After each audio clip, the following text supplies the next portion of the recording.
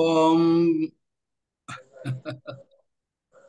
శుక్లాంబరధరం విష్ణుం శ్రీవర్ణం చతుర్భుజం ప్రసన్నవదనం ధ్యాయేత్ సర్వవిఘ్నోపశాంతయే అగజానన పద్మార్కం గజానన మహర్నిశం అనేకదం తం భక్తానాం ఏకదంతం ఉపాస్మహే వాగీశాజ్యాస్తు మనః సర్వార్థానాం ఉపక్రమే యన్నత్వా కృతకృత్యా సుస్తన్నమామి గజాననం శారదా శారదాం భోజవదనా వదనాంబుజే సర్వదాస్మాకం సన్నిధిం క్రియాత్ గురుర్బ్రహ్మ గురుర్విష్ణు గురుర్దేవో మహేశ్వరः గురు సాక్షాత్ పరం బ్రహ్మ తస్మై శ్రీ గురవే నమః శరదిందు వికాస మందహాసాం స్ఫురదుందీవరలోచనాభిరామాం అరవింద సమాన సుందరాస్యాం అరవిందాసన సుందరీం వాసే.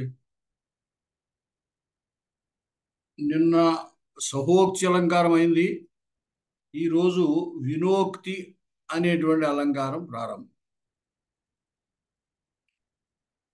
సహోక్తి ప్రతిభట భూతాం వినోక్తిం లక్షయతి.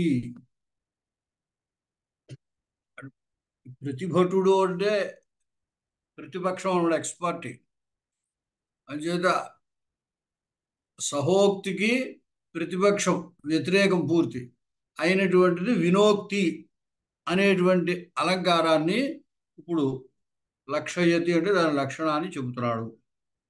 వినా కంచిత్ అన్యస్య సదసత్వాభావః వినోక్తి. వినా కంచిత్ అంటే ఒకానొక వస్తువు లేకుండగానే, అది లేకుండగా ఏదైనా ఒక దాని యొక్క సత్వభావము అసత్వభావము, సత్ అసత్ ఆ రెండు కలిపి ద్వంద్వం చేసి దాని మీద భావార్థంలో త్వ అనే పరిచయం చేశారు. తర్వాత అభావ అని కలిపారు. సత్ అసత్ త్వ, ఈ త్వ అనేది ఉభయత్ర అన్వయిస్తుంది. అందువల్ల సత్తు త్వ సత్వ, అసత్తు త్వ అసత్వ, తర్వాత అభావ కలపాలి. సత్వ అభావ అసత్వ అభావ వినోక్తి. దాన్ని వినోక్తి అలంకారము అని అంటారు. సత్వస్య శోభనత్వస్య అభావో అశోభనత్వం. ఇక్కడ సత్వము, సత్తు అంటే ఏదో మంచి అని చెప్తుంటాం కదా సాధారణంగా. సజ్జనుడు ఇత్యాది, సద్భావము ఇత్యాదుల్లో సత్ అంటే మంచి అని చెప్తాం కదా. అందువల్ల ఏమంటున్నారంటే సత్వస్య శోభనత్వస్య, సత్వస్య అనే దానికి అర్థం శోభనత్వం, బాగా అందంగా ఉండడం, మంచిగా ఉండడం. తస్య అభావ, అది లేకపోవడం అంటే అశోభనత్వం, బాగుండకపోవడం. ఏవం అసత్వస్య అశోభనత్వస్య అభావ, బాగోలేని దానికి బాగోలేనితనం లేకపోవడం, బాగున్న దానికి బాగున్నతనం లేకపోవడం, బాగోలేని దానికి బాగోలేనితనం లేకపోవడం. ఉన్నది లేకపోవడం అనుకోండి, మంచివాడు అనుకున్న దాంట్లో మంచితనం లేకపోవడం, చెడ్డవాడు అనుకున్న వాడి దాంట్లో చెడ్డతనం లేకపోవడం, ఉన్నది లేకపోవడం. అది అప్పుడు ఏమవుతుంది? ఉన్న దాంట్లో అంటే మంచి ఉన్న దాంట్లో మంచితనం లేకపోతే చెడ్డతనం, అశోభనత్వం. అదే చెడ్డతనం ఉన్నది అనుకున్న దాంట్లో చెడ్డతనం లేకపోతే శోభనత్వం, మంచితనం. అంటే వ్యతిరేకం వచ్చిందనమాట. సత్వస్య శోభనత్వస్య అభావ, అది ఏమవుతుంది చివరికంటే అశోభనత్వం అవుతుంది. అలాగే అసత్వస్య అశోభనత్వస్య అభావం శోభనత్వం అవుతుంది. తే ద్వే సత్వాసత్వే యత్ర కస్యచిత్ అసన్నిధానాత్ నిబధ్యేతే సద్విధా వినోక్తి. అయితే ఈ సత్వ అసత్వములు అంటే వాడు ఇప్పుడు చూడండి, సాధారణంగా ఇటువంటి ప్రయోగము మన వ్యవహారంలో ఉంటూ ఉంటుంది. వాడు పక్కన లేకపోతే వీడు మంచివాడే అంటాం. వాడు పక్కన లేకపోతే వీడు మంచివాడు. అందువల్ల ఏమవుతోంది? వినోక్తి అవుతోంది అది. వాడు లేనప్పుడు వీడు మంచివాడు అవుతున్నాడు. ఆ విధంగా అన్నమాట. సత్వాసత్వే యస్య కస్యచిత్ అసన్నిధానాత్, దగ్గర లేకపోవడం. సత్వానికి కానీ అసత్వానికి కానీ ఏదో ఒక వస్తువు యొక్క లేదో ఏదో ఒక వ్యక్తి యొక్క అసన్నిధానం అన్నమాట. అలా లేకపోయినప్పుడు ఇది చెప్పబడుతుంది. అలా అసన్నిధానాత్ నిబధ్యేతే సా ద్విధా వినోక్తి. అటువంటి వినోక్తి రెండు రకములు. అత్ర చ శోభనత్వ అశోభనత్వ సత్వాయాం సత్తాయాం ఏవ వక్తవ్యాయాం అసత్తాముఖేన అభిధానం అన్య నివృత్తి ప్రయుక్త తన్నివృత్తిరితి ఖ్యాపనార్థం. ఏవంచ అన్య నివృత్తావపి విధిరేవ ప్రకాశితో భవతి. ఇప్పుడు బాగా ఉన్నదానికి బాగా ఉన్నది అని చెబితే సరిపోతుండగా, అంతే కదా, పైన ఏం చెబుతున్నాడు? శోభనత్వము ఉన్న దాంట్లో అది లేదని చెప్పితే అశోభనత్వం చెప్పినట్టు. అలాగే అశోభనత్వం ఉన్న దాంట్లో అది లేదని చెప్పడం ద్వారా శోభనత్వం ఉన్నట్టు. అలా చెప్పడం ఎందుకు అంటే, శోభనత్వ అశోభనత్వ సత్తాయామేవ వక్తవ్యాయాం అంటే శోభనత్వం ఉన్న దాంట్లో ఆ శోభనత్వం ఉంది. వినోక్తిలోనే ఒక వస్తువు యొక్క సాన్నిధ్యం లేనప్పుడు శోభనత్వం ఉన్న దాంట్లో శోభనత్వాన్ని, శోభనత్వం లేని దాంట్లో అశోభనత్వాన్ని చెప్పొచ్చు కదా. అలా కాకుండా శోభనత్వం ఉన్న దాంట్లో శోభనత్వం లేదని, అశోభనత్వం ఉన్న దాంట్లో అశోభనత్వం లేదని అట్లా చెప్పడం ఎందుకు వ్యతిరేకంగాను అంటే, అసత్తాముఖేన అభిధానం. అసత్తాము అంటే లేకపోవడం, అసత్తాముఖం అంటే అభావముఖంగా చెబుతున్నాడు. అభావముఖంగా పైన మనకి ఇచ్చిన దాంట్లో సత్ అసత్వాభావ అన్నారు కదా. సదసత్వాభావ.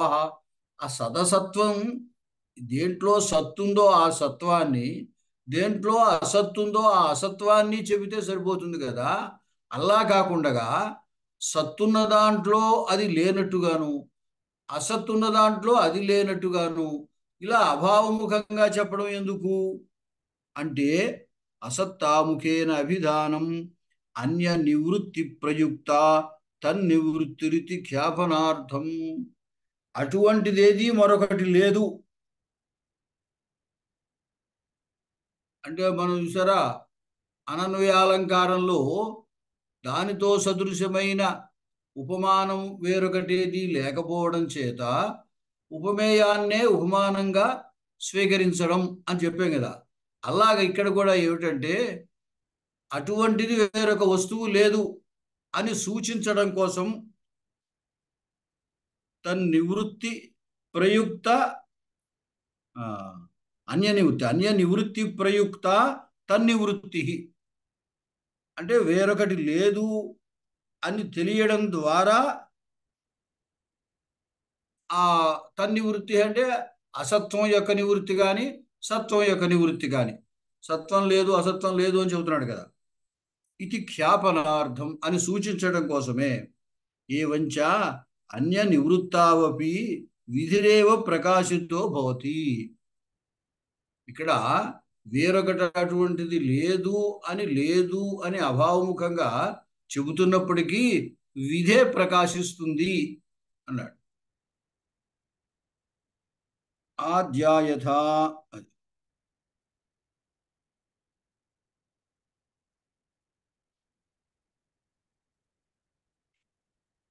వినయేన వినా కా శ్రీ కా నిశా శశినా వినా రహితా సత్కవిత్వేన ఈదృశీ వాగ్విదగ్ధత. ఇక్కడ చూడండి, మన వినోక్తి కదా, ఇక్కడ వినా అని చెప్పాలి. వినయ వినయేన వినాకాశ్రీ అని. వినయం లేకుండా సంపద ఏమిటి అని అంటే సంపద వినయంతో శోభిస్తుంది అని తాత్పర్యం. చెప్పేటప్పుడు ఏమని చెబుతున్నాడు? నిషేధముఖేనా చెబుతున్నాడు. వినయం లేకుండా సంపద ఏమిటండి అన్నారు. తాత్పర్యం మాత్రం సంపద వినయంతో ఉన్నప్పుడే శోభిస్తుంది అని తాత్పర్యం అన్నమాట. అలాగే కానిశా శశినా వినా, చంద్రుడు లేకుండా రాత్రి ఏమిటి?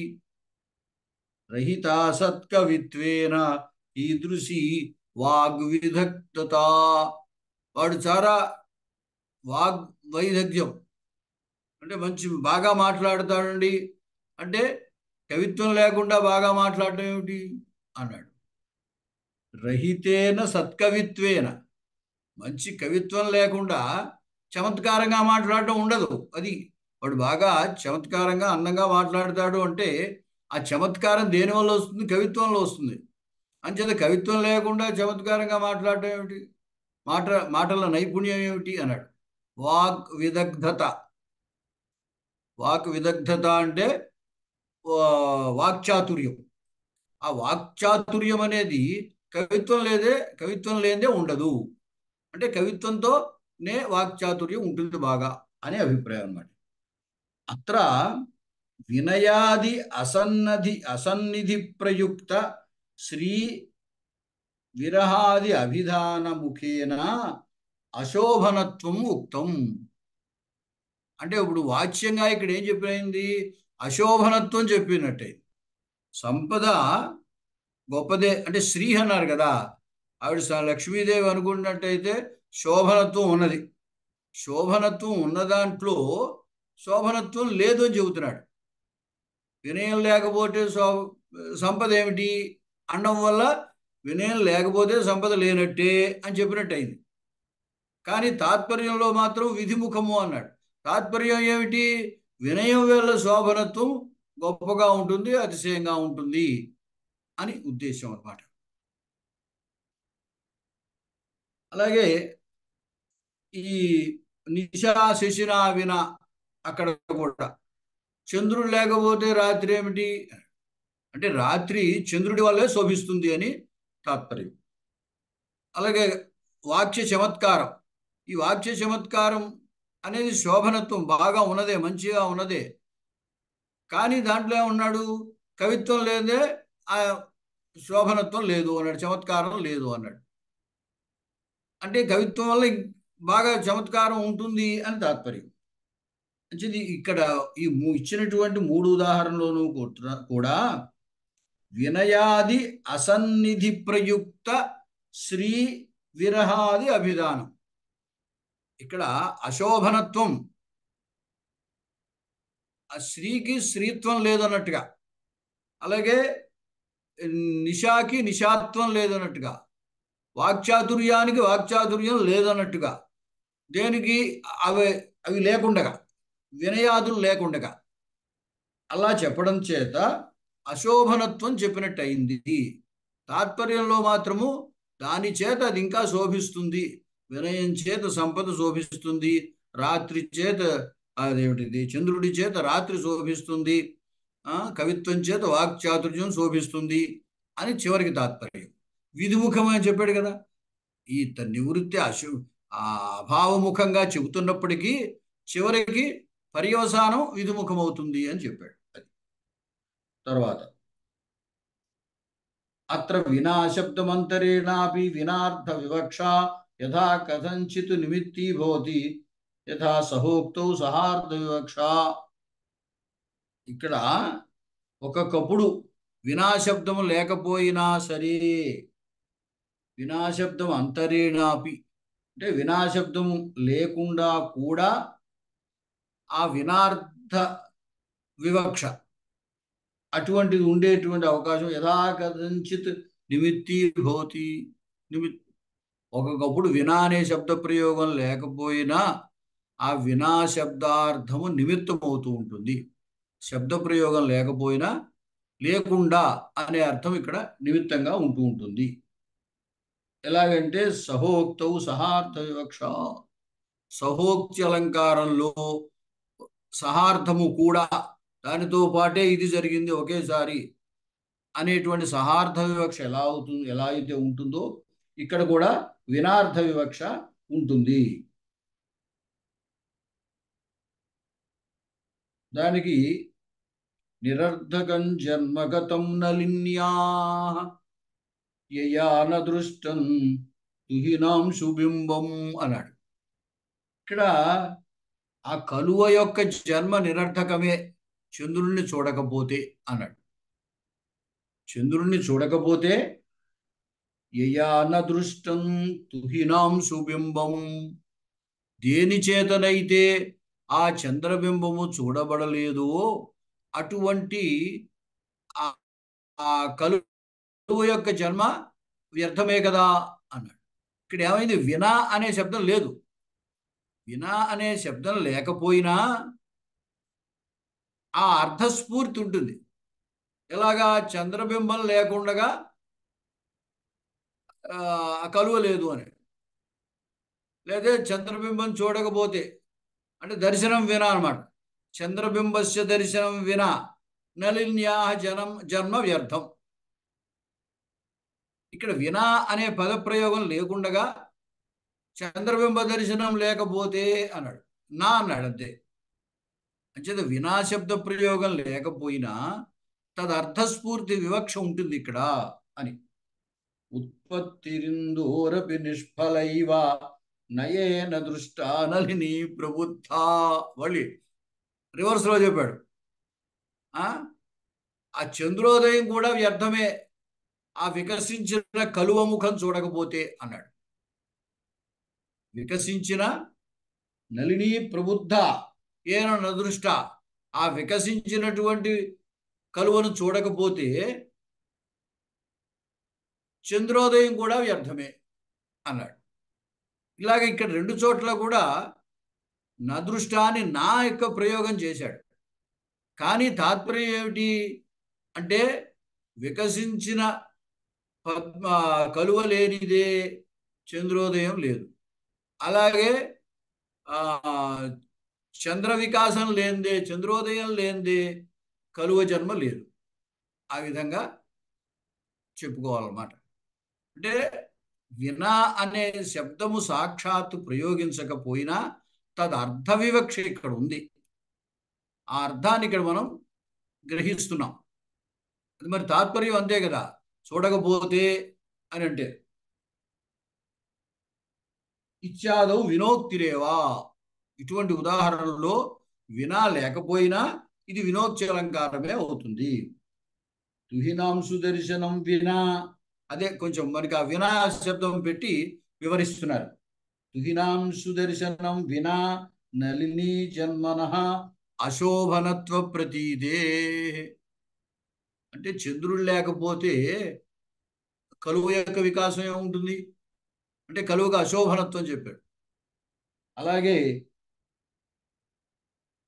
రెండవది కూడా ఇయంచ పరస్పర వినోక్తి భంగ్యా చమత్కారాతిశయకృతు యథా ఉదాహృతే విషయే. అలాగే ఆ ఈ చంద్ర దర్శనం లేనిదే కలువకి శోభనత్వం లేదు. రెండవ వాక్యంలో కూడా వికసించిన కలువ దర్శనం లేనిదే చంద్రోదయానికి శోభనత్వం లేదు అని చెప్పినట్టయింది అనమాట. ఇలా చెప్పడము అంటే కొత్త విధంగా చెప్పడం వల్ల చమత్కార అతిశయం ఉంటుంది. ఎంచ పరస్పర వినోక్తి భంగ్యా, పరస్పర వినోక్తి చెప్పాడు కదా. మొదటి రెండు లైన్లో ఆ చంద్రుడు లేనిదే చంద్ర వికాసం లేదే చంద్ర దర్శనం లేనిదే నలిని జన్మ వ్యర్థం అన్నాడు.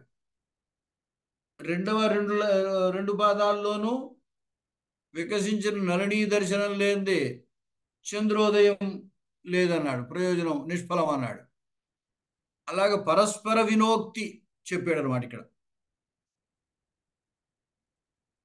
ద్వితీయో యథా మరొక రకాన్ని చూపిస్తున్నాడు. అంటే ఏమిటి మరొక రకము అంటే?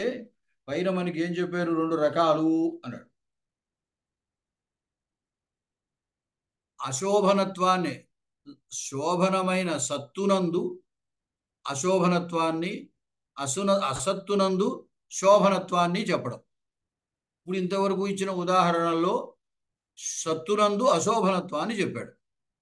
ఇప్పుడు అసత్తునందు శోభనత్వాన్ని చెప్తాడు. మృగలోచనయా వినా, అంతేనా? మృగలోచనయా వినా విచిత్ర వ్యవహార ప్రతిభా ప్రభా ప్రగల్భ అమృతద్యుతి సుందరాశయోయం సుహృదా తేన వినా నరేంద్ర సూను. తేన సుహృదా వినా నరేంద్ర సూను. నరేంద్ర సూను రాజపుత్రుడు.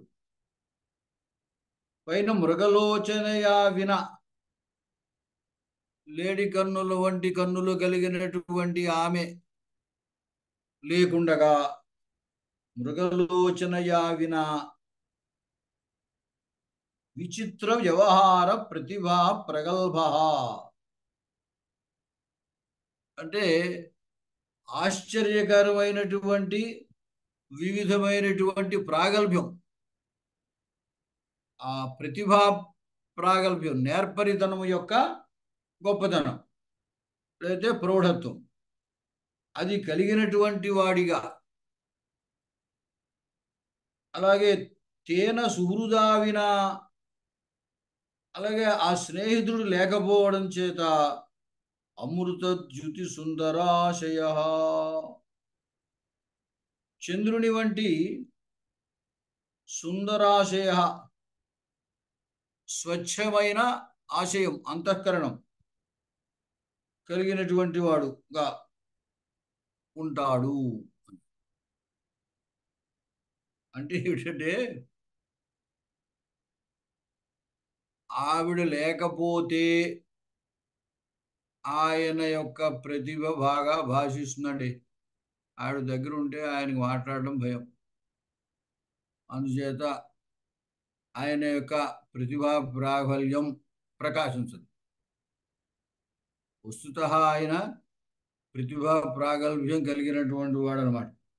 విచిత్ర వ్యవహార ప్రతిభా ప్రభా ప్రగల్భ, ఎవడు? ఆ నరేంద్ర సూను. ఎప్పుడు? మృగ మృగలోచనయా విన, ఆవిడ లేనప్పుడు. అలాగే అంటే అసత్వమునందు ఇక్కడ మనకి వెనకాల ఏం చెప్పారు? శోభనము, శోభనమునందు అశోభనత్వాన్ని చెప్పారు. ఇక్కడ అశోభనమునందు శోభనత్వాన్ని చెప్పాలి.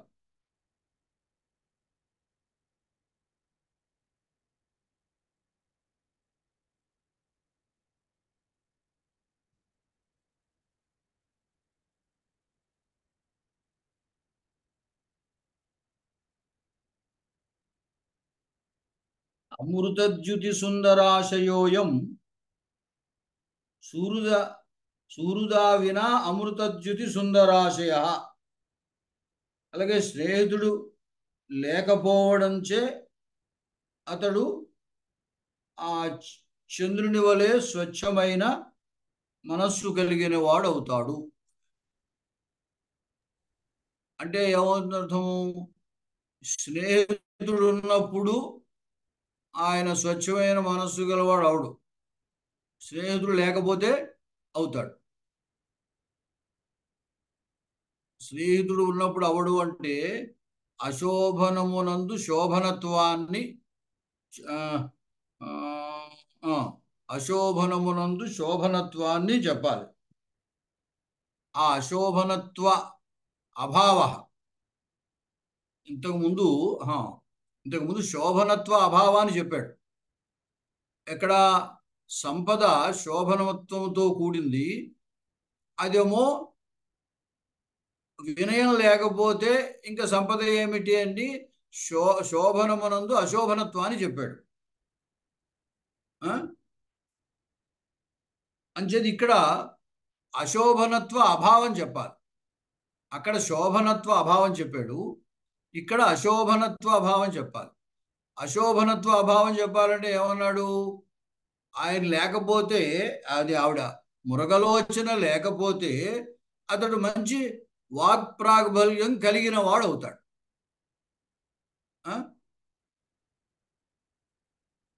అంచేత అశోభనత్వ అభావం అంటే శోభనత్వమేనే కదా. అశోభనత్వ అభావము అంటే మొదట అనుకున్నాం, అది అశోభనమునందు అది లేనట్టుగా చెప్పడము అని.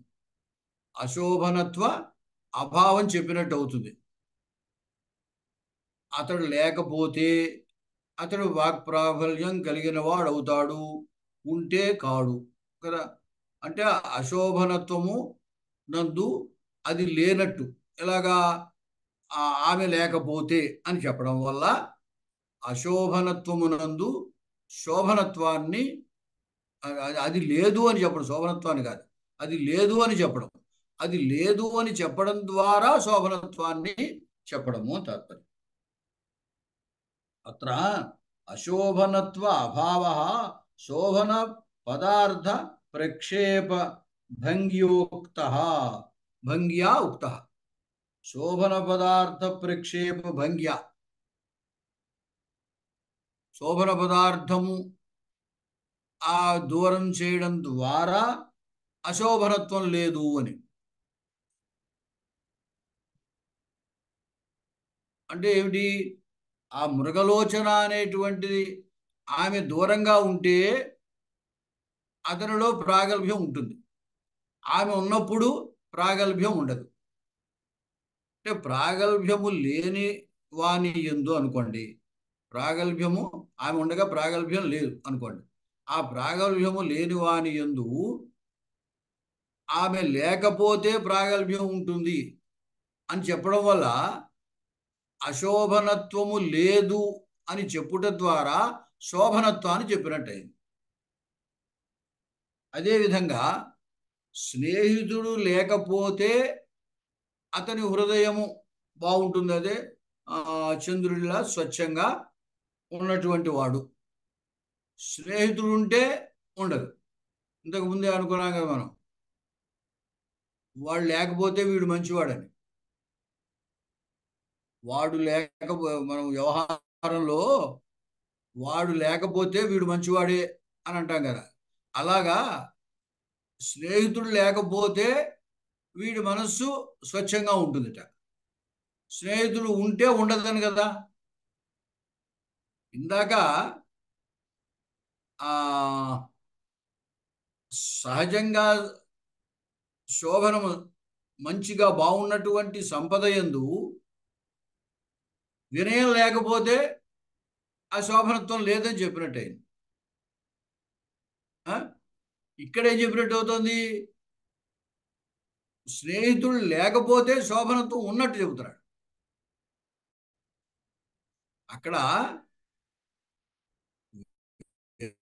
వినయం లేకపోతే ఉన్న శోభనత్వాన్ని లేదంటున్నాడు. ఇక్కడ స్నేహితుడు ఉంటే ఉండదు, మంచి మనస్సు యొక్క స్వచ్ఛత స్నేహితుడు లేనప్పుడు ఉంటుంది అని ఇక్కడ చెబుతున్నాడు.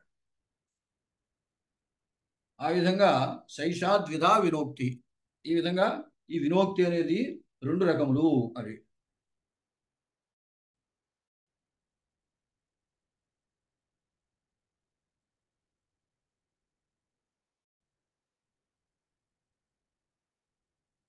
తర్వాత సమాసూక్తి. అధునా విశేషణ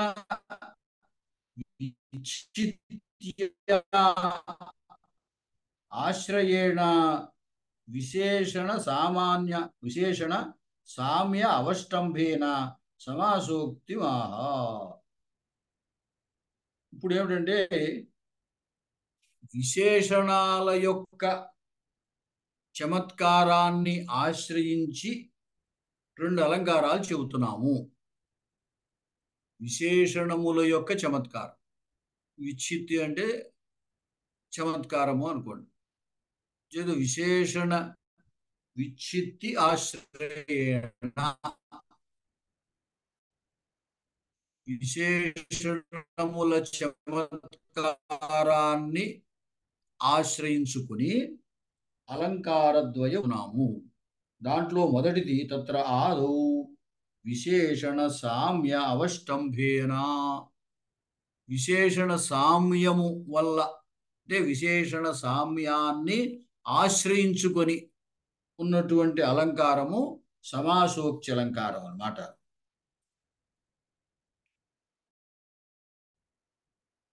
విశేషణానాం సామ్యాతు అప్రస్తుతస్య గమ్యత్వే సమాసోక్తి. విశేషణ సామ్యము వల్ల ప్రస్తుతమునందు అప్రస్తుతము గమ్యమానం అవుతుంది. ప్రస్తుతం అంటే వాచ్యార్థం, అప్రస్తుతము గమ్యమానం. అది ఇంకొక అర్థము ఊహింపబడుతుంది, వ్యంగ్యం అన్నమాట. గమ్యమానం అవుతుంది. మనకి చంద్రాలోకంలో సమాసోక్తి పరిస్ఫూర్తి ప్రస్తుతే అప్రస్తుతస్య చేత్ అన్నాడు. ప్రస్తుతమునందు అది సమాసోక్తి అలంకారం అవుతుంది.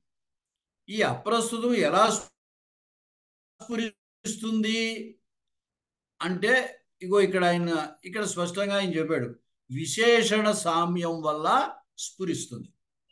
విశేషణ సామ్యం వల్ల స్ఫురిస్తుంది అప్రస్తుతార్థం.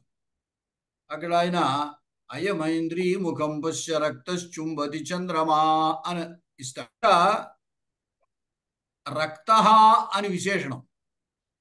ఈ రక్త అన్నప్పుడు చంద్రమాహ రక్త, ఉదయించే సందర్భంలో చంద్రుడు ఎర్రగా ఉన్నాడు.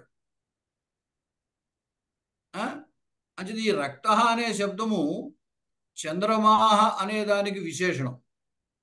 ఈ విశేషణము మరొక చంద్రమాహ, వాడి పేరు చంద్రరావు అంటారు కదా, వాడికి విశేషణం రక్త, అనురక్త అని ఒక అర్థం.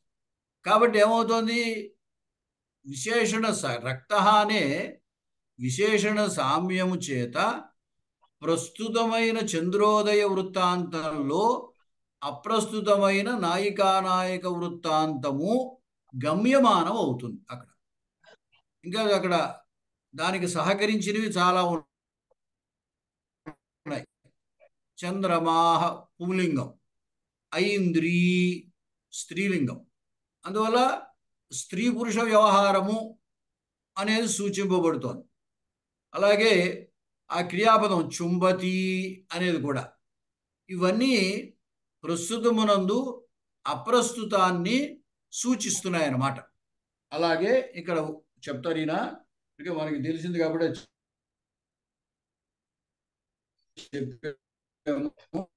ఇక్కడ చూడండి సరే.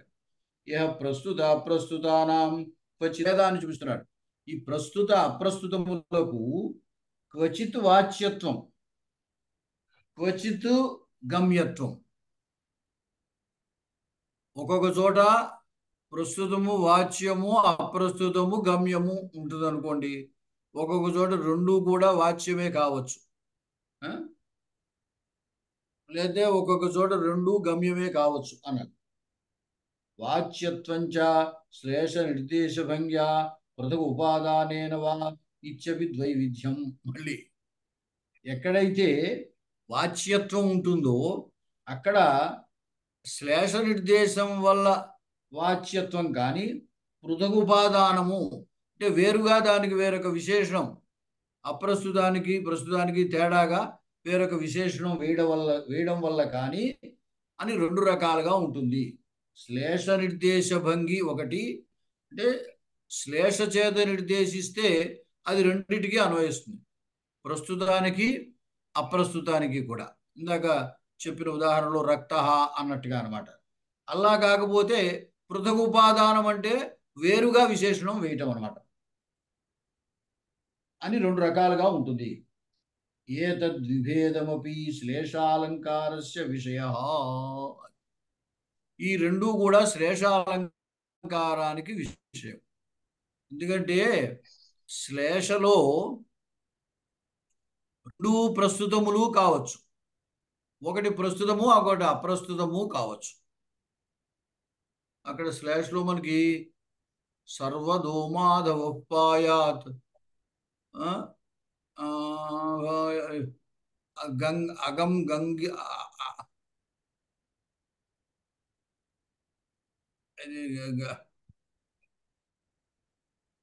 యోగం గధరత్ అని ఉంటుంది. అక్కడ సర్వదో మాధవ పాయాత్, అక్కడ ఏమవుతుందంటే సర్వదా ఉమాధవ పాయాత్ అని, సర్వదా మాధవ పాయాత్ అని.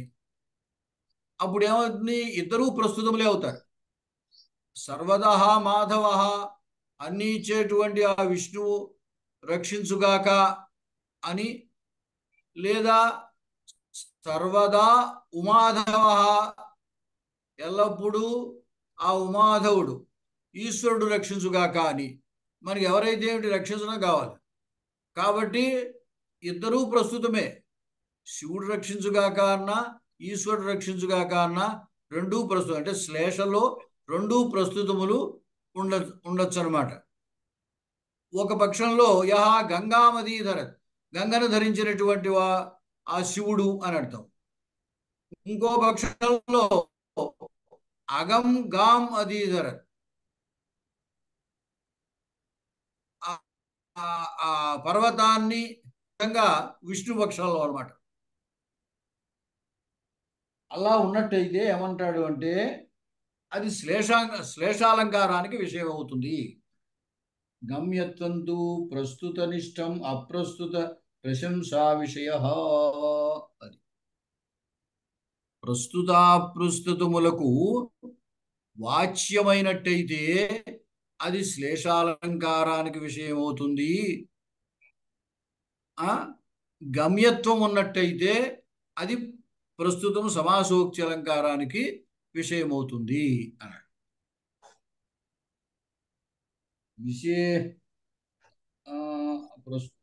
గమ్యత్వంతు ప్రస్తుతనిష్టం అప్రస్తుత ప్రశంసా విషయ. ప్రస్తుతనిష్టమైన గమ్యత్వం అంటే ప్రస్తుతం చేత అప్రస్తుతం సూచింపబడ్డం. అలా ఉన్నట్టయితే అప్రస్తుత ప్రశంసా అలంకారం అవుతుంది. అప్రస్తుతనిష్ట సమాసోక్తి విషయ అంటే ఈ గమ్యత్వం అనేది అప్రస్తుత నిష్టం, అప్రస్తుతము గమ్యమానమైతే సమాసోక్తి అవుతుంది. ఇప్పుడు చూడండి, అప్రస్తుత ప్రశంసా స్యాత్ సాయత్ర ప్రస్తుతాశ్రయా అని. అంటే ఏమిటి, అప్రస్తుతాన్ని వాడు చెబుతాడు, దాన్ని బట్టి ప్రస్తుతం ఊహిస్తారు. అప్రస్తుతాన్ని చెప్తాడు దాంట్లో, దాన్ని బట్టి ప్రస్తుత ఊహిస్తాడు. ప్రస్తుత ప్రశంసా అలంకారం అవుతుంది. దాన్ని రివర్స్ చేస్తే ప్రస్తుతాన్ని చెబుతాడు, దాంట్లో అప్రస్తుతం సూచింపబడుతుంది. అది సమాసోక్తి. ఇప్పుడు సమాసోక్తి అనుకోండి, ప్రస్తుతం మనం చెప్పుకుంటున్నది. అక్కడ ఏమి ఇస్తాడంటే ఏక కృతి శకుంతేషు యోన్యం శక్రాన్నయాచతే అంటాడు. ఒక యాచకుడు వచ్చి రాజుతో అంటున్నాడు, ఏమిటి, పక్షుల్లో ఆ చక్రవాకం చాలా గొప్పది, ఇంద్రుని తప్ప ఎవరిని ప్రార్థించదు అన్నాడు. అది అసలు అప్రస్తుతం. రాజు దగ్గరికి వచ్చి ఈయన నువ్వు ఇంద్రుడి వంటి వాడువయ్యా, చంద్రుడి వంటి వాడువయ్యా, నేను తప్ప ఎవరిని అడగను, నీ దగ్గరికే వచ్చాను అని అనాలి. కానీ అలా అనకుండా ఏమంటున్నాడు ఆయన, పక్షుల్లో చక్రవాకం చాలా ధన్యురాలు, ఇంద్రుని తప్ప ఎవరిని ప్రార్థించదు అన్నాడు. అది అప్రస్తుతం మాట్లాడాడు. అంటే అక్కడ తాత్పర్యం ఏమిటి, ఆ అప్రస్తుతం చేత ప్రస్తుతం సూచింపబడుతుంది. ఓ రాజా, అలా ఉన్నట్టయితే అప్రస్తుతము నందు ప్రస్తుతము గమ్యమానమైతే అప్రస్తుత ప్రశంసాలంకారం.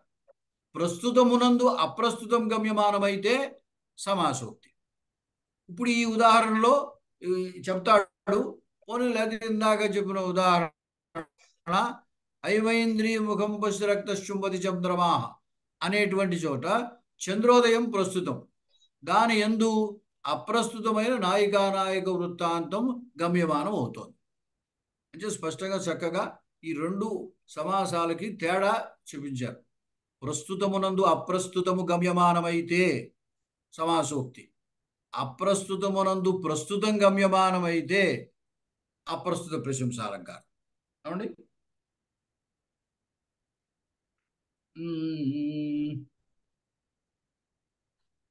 అప్రస్తుత నిష్టంతు సమాసోక్తి విషయ. ఈయన ఈ గమ్యత్వము ఎక్కడ ఉంటుందో చూపిస్తున్నాడు. ప్రస్తుత నిష్టమైన గమ్యత్వం ఉంటే అప్రస్తుత ప్రశంసాలంకారం, అప్రస్తుత నిష్టమైన గమ్యత్వం ఉంటే అది సమాసోక్తి. ఏదో నిష్టమైన అంటే కొంచెం ఏదో మీకు కొత్తగా అనిపించవచ్చు, ఏమీ లేదు. ఇందాక అనుకున్నట్టుగా ప్రస్తుత నిష్టమైన గమ్యత్వము అంటే ప్రస్తుతము గమ్యమానం అవడం, అప్రస్తుతం వాచ్యం. ఒకటి గమ్యమానం అంటే ఒకటి వ్యంగ్యం, ఒకటి వాచ్యం. కాబట్టి అప్రస్తుతం వాచ్యంగా, ప్రస్తుతం వ్యంగ్యంగా ఉంటే అప్రస్తుత ప్రశంసాలంకారం. ప్రస్తుతం వాచ్యంగా, అప్రస్తుతం వ్యంగ్యంగా ఉంటే సమాసోక్తి అలంకారం. అవునండి, అలాగే జాగ్రత్తగా గమనించండి. తత్రచ నిమిత్తం విశేషణ సామ్యం. అది అక్కడ కారణం ఏమిటి? ఓ దాని యందు ఓటి ప్రస్తుతంలో అప్రస్తుతమా లేదా అప్రస్తుతంలో ప్రస్తుతమా ఇలా ఎందుకు గమ్యమానం అవుతుంది అంటే విశేషణ సామ్యం వల్ల అవుతుంది. నిమిత్తం కారణం అదనమాట. విశేష్యాపి సామ్యే శ్లేష ప్రాప్తే. అది మళ్ళీ ఇక్కడ విశేషణ సామ్యం ఉంటే ఈ అప్రస్తుత ప్రశంసాయ లేదా సమాసోక్తో అవుతుంది. విశేష సామ్యమే ఉంటే శ్లేషాలంకారం అయిపోతుంది. విశేషణ సామ్యవశాద్ధి ప్రతీయమానం అప్రస్తుతం ప్రస్తుతావచ్ఛేదకత్వేన ప్రతీయతే. అవచ్ఛేదకత్వాచ్చ వ్యవహార సమారోపః నతు రూప సమారోపః. రూప సమారోపే తు అవచ్ఛాదితత్వేన ప్రకృతస్య తద్రూప రూపిత్వాత్ రూపకమేవా. ఎంత విశేషాలు చెబుతున్నారు దీంట్లో. విశేషణ సామ్యం వల్ల ఈ అప్రస్తుతమునందు ప్రస్తుతమో ప్రస్తుతమునందు అప్రస్తుతమో సూచింపబడుతుంది విశేషణ సామ్యం వల్ల. అదే విశేష్య సామ్యము కనుక ఉన్నట్టయితే శ్లేషాలంకారమే అన్నాడు. ఎందుకంటే విశేష్యము చేతే రెండు అర్థాల్లో వస్తాయి కాబట్టి అక్కడ విశేష సామ్యం ఉంటే అది శ్లేషాలంకారమే అవుతుంది అన్నాడు. ఇప్పుడు ఎక్కడంటే విశేష సామ్యం అయినప్పుడు సర్వతోమాదపాయా అంటే వాడు ఆ శివుడు లేదా విష్ణువు. అక్కడే సర్వదా మాధవ అని సర్వదా మాధవ అని చెప్పేశాం అనమాట. కాబట్టి అక్కడ విశేష సామ్యం. అంతకంటే కూడా అక్కడ ఇంకా పద విచ్ఛిత్తిలో విశేషం వల్ల అంటే పద విభాగంలో తేడా వల్ల శ్లేష వచ్చింది. అలా కాకుండా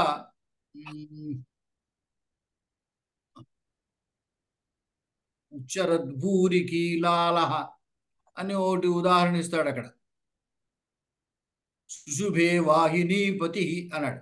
అక్కడ వాహినీపతి విశేషం, విశేష్యం. వాహినీపతి శోభిస్తున్నాడు అన్నాడు. ఈ వాహినీపతి అనే శబ్దానికే రెండు అర్థాలు. ఎందువల్ల అంటే వాహిని అంటే సేన, వాహినీపతి అంటే సేనాపతి, వాహిని అంటే నది, వాహినీపతి అంటే సముద్రుడు. అంతే ఆమెది విశేష్యమే రెండు అర్థాలు చెప్పేసింది. అంటే విశేష్య సామ్యం అనమాట అది. ఒకటే విశేష్యం. వాహినీపతి అంటే సముద్రం అంటున్నాం, వాహినీపతి అంటే సేనాపతి అని కూడా అంటున్నాం. అటువంటిది అలా విశేష్య సామ్యం ఉంటే శ్లేషాలంకారం అయిపోతుంది. కాబట్టి ఇక్కడ ఏమన్నాడు, విశేషణ సామ్యమే ఉంటుంది. విశేషణ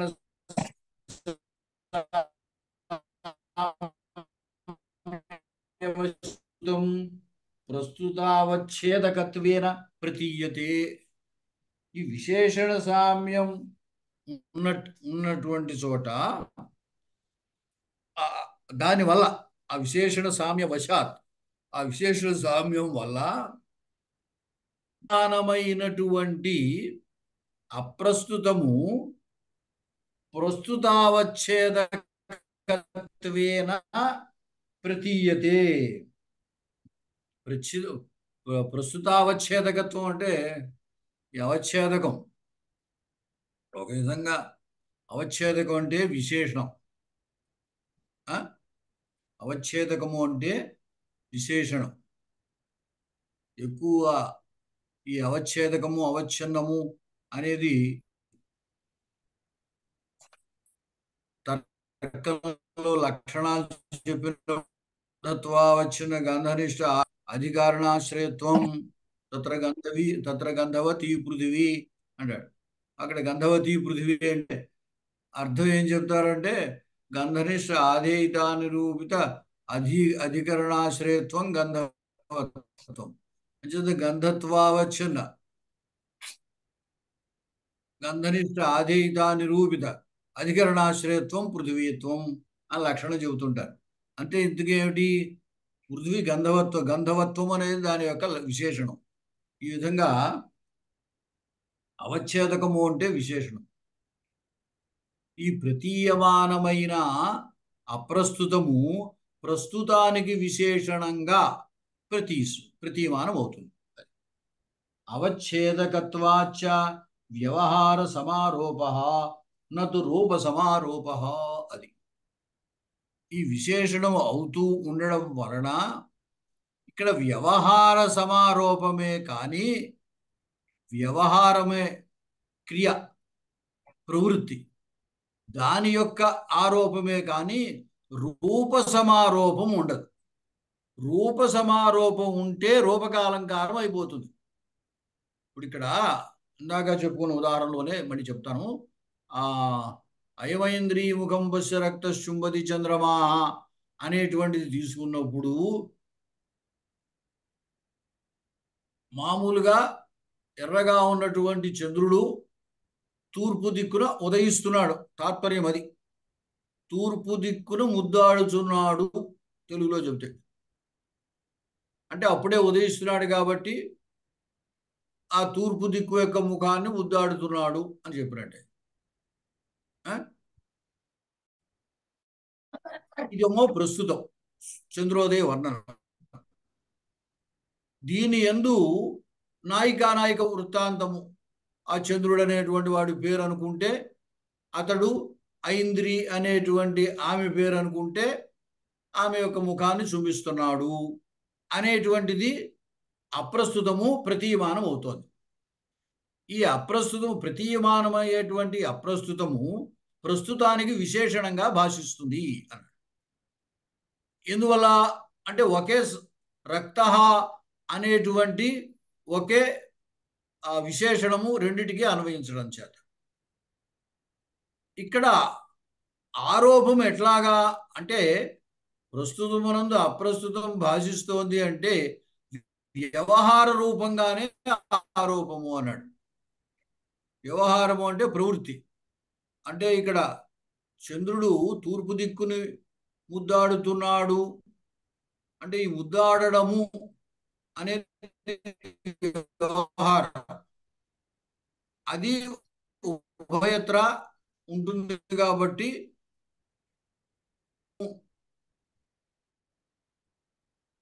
వ్యవహారమునందే కానీ రూపమునందు కాదు. నతు రూప సమారోప. ఎందువల్ల రూప సమారోపేతు అవచ్ అవచ్ఛాదిత్వేన ప్రకృతస్య తద్రూప రూపిత్వాత్.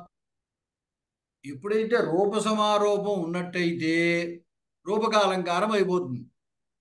ఎందుకంటే ఉపమాన ఉపమేయములకు అభేదాన్ని అన్వయించేస్తాం. ఎప్పుడైతే ఉపమాన ఉపమేయములకు అభేదం చెప్పేసేమో తర్వాత రూపారూపాత్ రూపం, ఆ రూపాన్ని ఆరోపిస్తాం అక్కడ, అంచేత అది రూపకాలంకారం అయిపోతుంది. కాబట్టి ఇక్కడ వ్యవహార ఆరోపమే కానీ రూప ఆరోపం ఉండదు. సరే,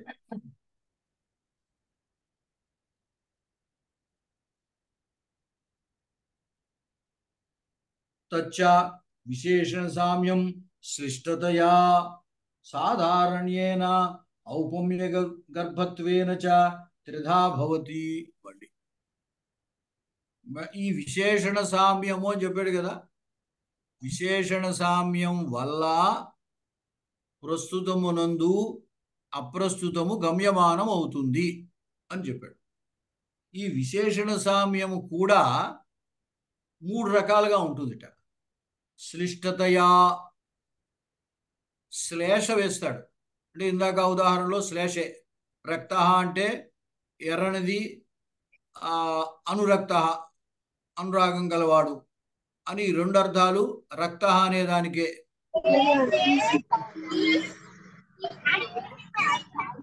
అయ్యా అయ్యా ఎవరు గొడవ వస్తుంది చూడండి, మ్యూట్ పెట్టండి. అంచేత ఈ రక్త అనేటువంటిది శ్లిష్టమైన విశేషణం. ఇంకోటి సాధారణీయేనా అంటే సాధారణ ధర్మం, రెండిట్లోనూ ఉండే సాధారణ ధర్మాన్ని చెప్పడం ద్వారా, లేదా ఔపమ్య గర్భత్వేనా, ఈ 3 రకాలుగా కూడా ఉండొచ్చు అన్నాడు. త్రిధా భవతి.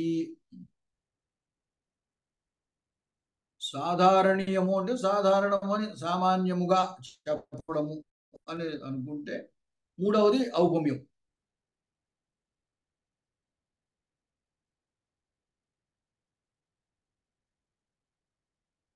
ఉదాహరణ ఇప్పుడు వరుసకు ఇస్తున్నాడు. ఉపోఢరాగేణ విలోలతారకం తథా గృహీతం శశినా నిశాముఖం యథా సమస్తము తిమిరంశుకంతయ పురోపి రాగాద్గలితం నలక్షితం. చాలా గొప్ప శ్లోకం ఇది.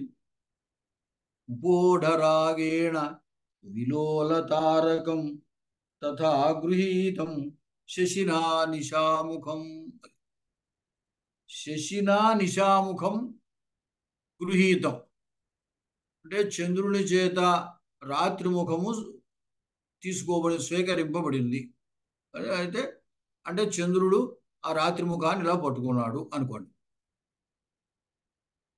ఈ చంద్రుడు ఎటువంటి వాడు అంటే ఉపోఢరాగేణ,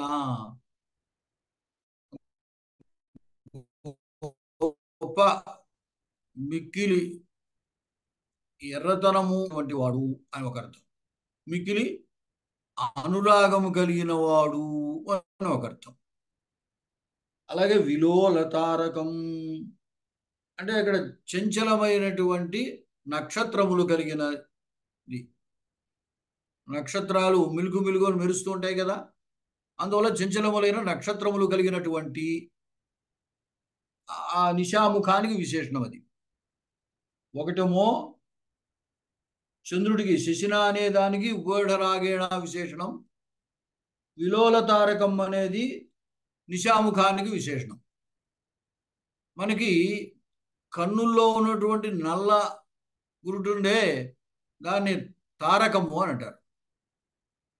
అవి చంచలము అటు ఇటు కదులుతూ ఉంటుంది.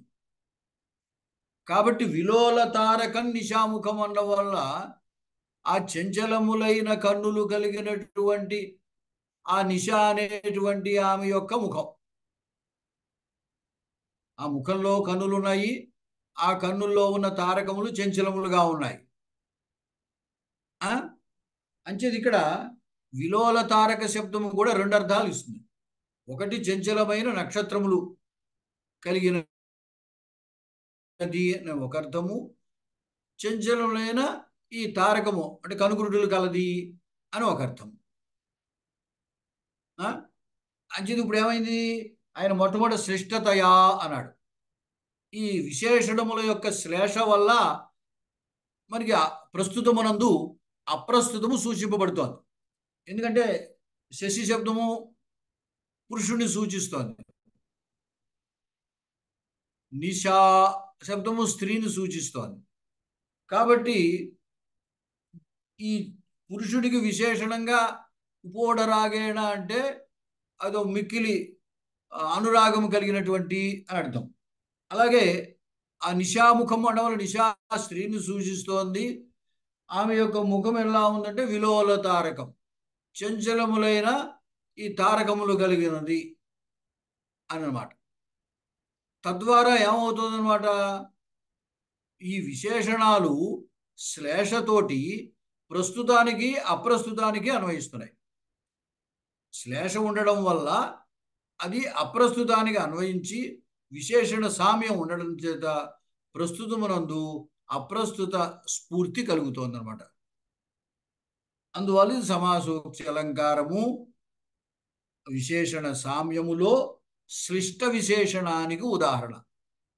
యథా సమస్తం తిమిరాంశుకంతయ, ఎప్పుడైతే ఆ అంటే అప్రస్తుతంలో చమత్కారంగా ఉంటుంది అనుకోండి, ప్రస్తుతంలో అయితే చంద్రుడు ఆ నిశాముఖాన్ని ఎప్పుడైతే పట్టుకున్నాడో చీకటి ఎప్పుడు పోయిందో ఆమె గమనించలేకపోయింది. తిమిరాంశుకం చీకటి అనేటువంటి వస్త్రం, అది రాగాత్ గళితం, అనురాగం వల్ల ఆ వస్త్రం జారిపోయింది. ఎప్పుడు గమనించినప్పటికీ తన కళ్ళ ఎదురుకుండానే ఈ వస్త్రం జారిపోవడం అనేది జరిగినప్పటికీ ఆమె గుర్తించలేకపోయింది, ఆమె చేత గుర్తింపబడలేదు అన్నాడు. ఇది ఆ చంద్రుడి విషయంలో, అదే రాత్రి చంద్రోదయం సందర్భంలో వర్ణించినటువంటిది. అలా చంద్రోదయం అవుతూనే చీకటి పోయింది అని చెప్పడం తాత్పర్యం. అదే అప్రస్తుతంలో చమత్కారంగా ఉంటుంది. ప్రేమతోటి అనురాగంతో ఎప్పుడైతే ఆ ప్రియుడు ఆమె యొక్క ముఖాన్ని దగ్గరికి తీసుకున్నాడో ఆమె యొక్క వస్త్రం జారిపోయింది. ఆ జారిపోవడం కూడా ఆమె గమనించలేకపోయింది ప్రేమ అతిశయం వల్ల అన్నాడు. అది అప్రస్తుత వృత్తాంతం. సరే, అత్ర నిశా శశినో శ్లిష్ట విశేషణ మహిమన నాయక వ్యవహార ప్రతీతి. అది మీకు అర్థమైపోయింది. ఇందుకు చెప్పాను కదా, సృష్ట విశేషం, ఈ విశేషణము శ్లేషతో ఉండడం వల్ల దాని సామర్థ్యం చేత ఇక్కడ నాయిక వ్యవహారము సూచింపబడి నాయక వ్యవహారము ప్రతీతమానం అవుతోంది. అంటే ఇక్కడ ఏం లేదులండి, నాయక వ్యవహారం అని ఎందుకన్నాడంటే మొత్తం ఈ వాక్యంలో కర్త శశి చంద్రుడు కర్త కాబట్టి నాయక వ్యవహారము అని అన్నాడు అంతే. అపరిత్యక్త స్వరూపయో నిశా శశినో నాయిక నాయకత్వాఖ్య విశిష్టయో ప్రతీతే. ప్రస్తుతమునందు అప్రస్తుతము సూచింపబడిందే కానీ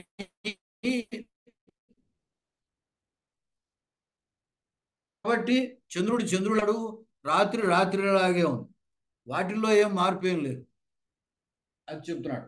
అపరిత్యక్త స్వరూపయో, వాటి స్వరూపం అవేమి విడిచిపెట్టేలేదు. అలాంటి నిశాశశినోహో, రాత్రి చంద్రుల యందు నాయికత ఆఖ్య ధర్మ విశిష్టయో, వాటి యందు మనం ఏం ఆరోపిస్తున్నాము, నాయిక ధర్మాన్ని ఆరోపించుకుంటున్నాం. ఆరోపించడం వల్ల ఈ అప్రస్తుతమైన వృత్తాంతము నాయిక వృత్తాంతము సూచింపబడింది అన్నమాట. అది ప్రతీయమానం అవుతుంది.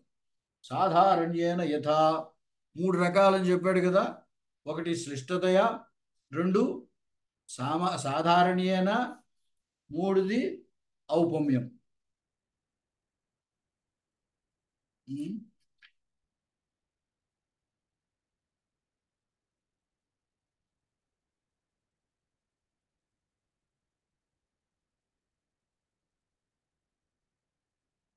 తన్వి మనోరమా బాల లోలాక్షి పుష్పహాసిని వికాసమేతి సుభగ భవద్దర్శనమాత్రత. ఇక్కడ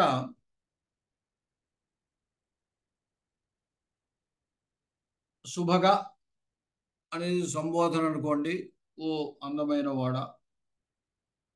తన్వి మనోరమా బాల, చాలా విశేషణాలు వేశాడు ఆయన. ఆ? మనోరమ, మనస్సును రంజింపజేసేటువంటిది. బాల, ఇంకా ముగ్ధ, చిన్న వయసులో ఉన్నది, ముగ్ధా నాయిక అనమాట. లోలాక్షి, ఆ కళ్ళు ఎప్పుడూ చంచలముగా ఉండేటువంటివి. ఆ? పుష్పహాసిని, పువ్వు వలె నవ్వేటువంటిది. ఆ? భవద్దర్శన మాత్రత, నిన్ను చూడడం మాత్రం చేతనే వికాసం ఏతి, వికాసాన్ని పొందుతోంది. ఆ? ఇక్కడ భవద్దర్శన మాత్రత తన్వి, ఈ తన్వి శబ్దము చాలా, అంటే మామూలు స్త్రీ అని ఒక అర్థము, లత అని కూడా అర్థం దీనికి. అంటే దీనివల్ల ఏమవుతుందంటే, అంటే కేవలం డైరెక్ట్గా లత అని అర్థం కాకపోవచ్చు, సూక్ష్మంగా ఉండేది, సన్నగా ఉండేది అనే అర్థం వల్ల లత చెప్పబడుతోంది అన్నమాట. ఇక్కడ ఈ విశేషణాలన్నీ కూడా సాధారణ విశేషణాలు రెండిటికి అన్వయించేటువంటివి. ఏ? తన్వి, ఆ స్త్రీ తన్వి చాలా సన్నగా ఉంది. మనోరమ, మనస్సుకు ఆహ్లాదకరంగా ఉంది. బాల, స్త్రీ అయితే చిన్నది, బాల, తీగ అయితే లేతగా ఉంది అని. ఆ? బాలలత అంటారు కదా. లోలాక్షి, చంచలములైన కన్నులు గలది. అలాగే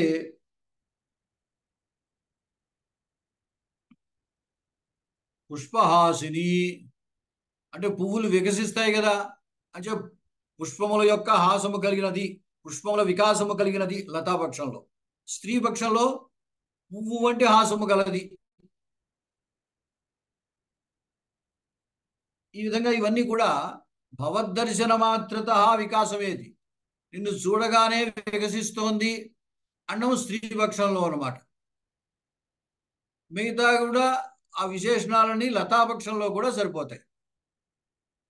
అందుచేత ఏమన్నాడంటే, రెండిటికి సమానమైన సాధారణ విశేషణాలు వేయడం ద్వారా కూడా ఇది దేవుడి అలంకారం, సమాసోక్తి అలంకారం అవుతుంది. సమాసోక్తిలో మనకి శ్లేష ఒకటి చెప్పాడు, ఇది సాధారణ అలంకారాలు వేయడము అని ఒకటి చెప్పాడు. మూడోది దంతప్రభా పుష్పచిత, అంటే మూడోది ఏమిటి? ఔపమ్య గర్భత్వేన చెప్పడం. దంతప్రభా పుష్పచిత పాణి పల్లవ శోభిని కేశపాశాలి బృందేన సువేష హరిణేక్షణ. ఆవిడ ఎవరావిడ? హరిణేక్షణ, లేడి కన్నుల కలది ఆమె. ఆమె సువేష, చక్కని వేషము, చక్కని రూపము కలిగినటువంటిది అని చెప్పాడు. చెబుతూ దీని విశేషణాలుగా దంతప్రభా పుష్పచిత, పూల వంటి దంతకాంతితో ఉన్నటువంటిది. దంతప్రభా పుష్పచిత. అలాగే వాణి పల్లవ శోభిని, చిగురుటాకు వంటి చేతులు, ఆ చేతులతో అందముగా ఉన్నటువంటిది. కేశపాశాలి బృందేనా, తుమ్మెదల్లాంటి వెంట్రుకల సముదాయముతో, కేశముల సముదాయముతో ఆమె ఆ హరిణేక్షణ సువేష మంచి రూపం కలిగినటువంటిది అని వర్ణించాడు. ఇక్కడ ఏమైంది, మనము ఉభయదా కూడా తీసుకునే అవకాశము ఉందన్నమాట. ఔపమ్య గర్భితం ఇది. ఇందువల్ల ఆవిడ దంతప్రభ పూల వికాసంలా ఉంది. పూలు వికసిస్తే ఎలాగ ప్రకాశిస్తాయో అలాగా ఆమె దంతప్రభ ఉంది అని సాదృశ్యాన్ని మనం తీసుకోవచ్చు. అలాగే మనము సాధారణంగా స్త్రీల యొక్క చేతులను ఆ చిగుళ్లతో పోలుస్తారు. ఎందుకంటే పల్లవములు చిగుళ్ళు ఎర్రగా ఉంటాయి, ఆమె చేతులు కూడా ఎర్రగా ఉంటాయి. లేదా మృదుత్వాన్ని తీసుకోవచ్చు. చిగుళ్ళు మృదువుగా ఉంటాయి, ఆమె చేతులు మృదువుగా ఉంటాయి. కాబట్టి ఔపమ్యం అక్కడ తెలుస్తుంది. అలాగే కేశపాశాలి బృందేన, ఏదో తుమ్మెదలు నల్లగా ఉంటాయి, కేశములు నల్లగా ఉంటాయి, అందుచేత ఆ నల్ల తుమ్మెదల్లా ఉన్నటువంటి కేశములు అని ఒక అర్థం. ఇక్కడ ఔపమ్యం అనమాట. మనం స్త్రీని చెప్పేటప్పుడు ఏం చేస్తాము, పూల వికాసం వంటి దంతప్రభలు కలది, పూల వికాసం వంటి దంతకాంతులు కలది, అలాగే చిగుళ్ళ వంటి చేతులతో ప్రకాశిస్తున్నది, అలాగే తుమ్మెద సమూహము వంటి కేశభాషముతో ఉన్నటువంటిది, అటువంటి హరిణేక్షణ అందంగా ఉంది అని ఒక అర్థం. ఇంకొకటి అర్థం, మనం ఇప్పుడు ఏం చెప్పాము, ఈ వంటి అని చెప్పడం వల్ల పూల వికాసం వంటి, చిగుళ్ళ వంటి, తుమ్మెదల బృందం వంటి అనడం వల్ల ఔపమ్యం గమ్యమానం అవుతోంది. ఇక్కడ అలా కాకుండా ఒక లతనో చెప్పామనుకోండి, అప్పుడు ఏమైపోతుంది, ఆ చిన్న పాదపాను మొక్కనో చెప్తే దంతప్రభా పుష్పచిత, దంతప్రభలే పుష్ప వికాసంగా కలిగినటువంటి, అలాగే పాణిపల్లవ శోభిని, చేతులే పల్లవములు, చేతులే చిగుళ్ళుగా అందంగా ఉన్నటువంటి, అలాగే కేశపాశాలి బృందేన, ఆ కేశములే తుమ్మెద సముదాయంగా కలిగినటువంటి అని ఆ విధంగా ఒకటి లతాపక్షంలోను ఒకటి నాయికాపక్షంలోను చెప్పొచ్చు అనమాట. మన సమాసం చెప్పడంలో తేడా అంతే. పుష్ప వికాసం వంటి దంతప్రభలు కలది అంటే స్త్రీ అవుతుంది.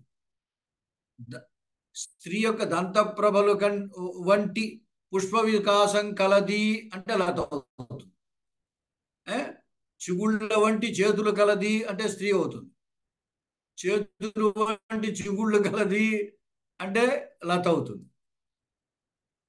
ఇంకొకటి ఏమిటి, కేశభాషం, తుమ్మెదల వంటి కేశములు కలది అంటే స్త్రీ అవుతుంది, కేశముల వంటి తుమ్మెదలు కలది అంటే లత అవుతుంది.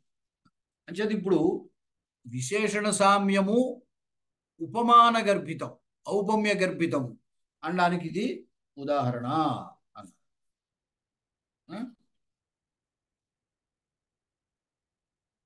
ఏమండి, ఇక్కడితో ఆపుదాం. ఇంకా ఇవో చాలా ఉదాహరణలు ఇస్తున్నారు, అవి తర్వాత చూద్దాము.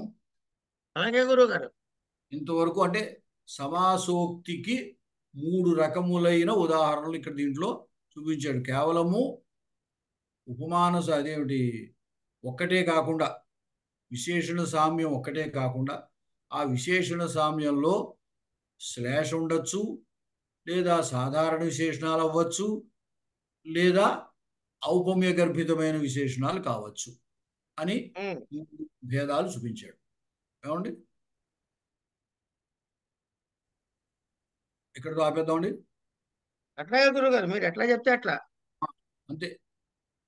సమయశ్చ గతః, దానికేం దిగులు లేదు.